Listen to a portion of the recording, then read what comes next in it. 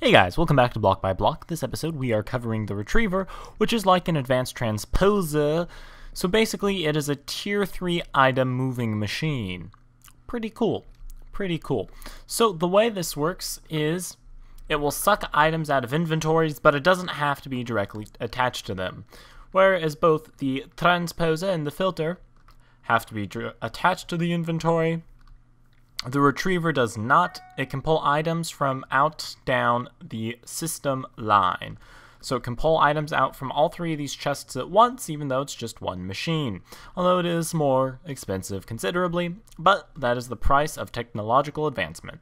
So when you right click on it, you'll see a somewhat familiar inventory. We have these little power bars right here because the the Retriever does require power, as you can see by my little power setup here. And you can tell it will be correctly powered once these little blue guys right here light up. You can see that right here. They're not lit up. There they are. So when you right click, it's sort of familiar. We have a buffer here and we have our color designator. So, you know, again, we could use color pipes if we really felt like it.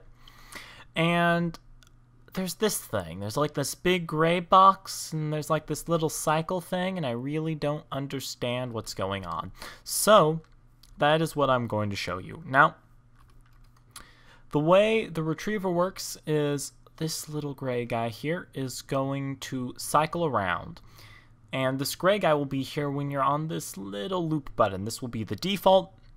And this is just kind of like the one at a time. It will fill each one of these orders one at a time. Now, let me put a solar panel in here, and you'll see exactly what's going on. So right here I'm saying I want one piece of stone, one piece of dirt, and then one solar panel. And then it's going to just send it into the nearest chest. So here I have some stone and some dirt. So boop, it's going to take a piece of stone, and then you'll see that the dirt is the next highlighted thing. So now it's going to take a piece of dirt, and you'll notice that, you know, it's just pulling it out of this chest, even though it's not necessarily connected to it, which is very handy. You can connect it directly to inventories if you want, however. And I'll press it again, and you'll notice that no items come out. I'll press it again. You'll notice that no items come out. Well, none of these chests have solar panels in them. So right now, this Retriever is stuck on the solar panel get. So, you know, it can't continue moving on until it has a solar panel to grab. Which brings us to the next mode, which is the any item mode. You'll see that that gray box goes away. And now you just kind of put items in here, which is very reminiscent of a transposer, or a filter, not a transposer. So now what happens is, what it's saying is, just give me any of these. So we'll just go ahead and do that. And, oh, yep, okay, I found a piece of stone. Yep, I found another piece of stone. Now, an interesting thing is that this obeys item number. So if I put a stack of stone in here, you'll see it doesn't pull anything out, even though there is clearly stone in here. Now, the reason is because it considers this one item unit. So what do I mean? Let me just set this over to the rotate mode.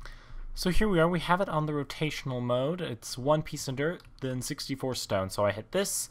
It's going to pull out one piece of dirt, and we have 60 stone in here. And I hit this button, and it doesn't do anything. And like I said, that's because it considers this one item unit. So if I put 4 down here, it's going to pull the whole 60 stone out. So when you put something in this little inventory in the Retriever, it's going to look for that item in that exact quantity. So you can pull out whole stacks or single, but it will always just look for items in that quantity. So that is the two modes the Retriever has. I'll just quickly show you the color functionality, which is something that we have seen many times before. You know, if I set that to white, whoopsies, I broke the button.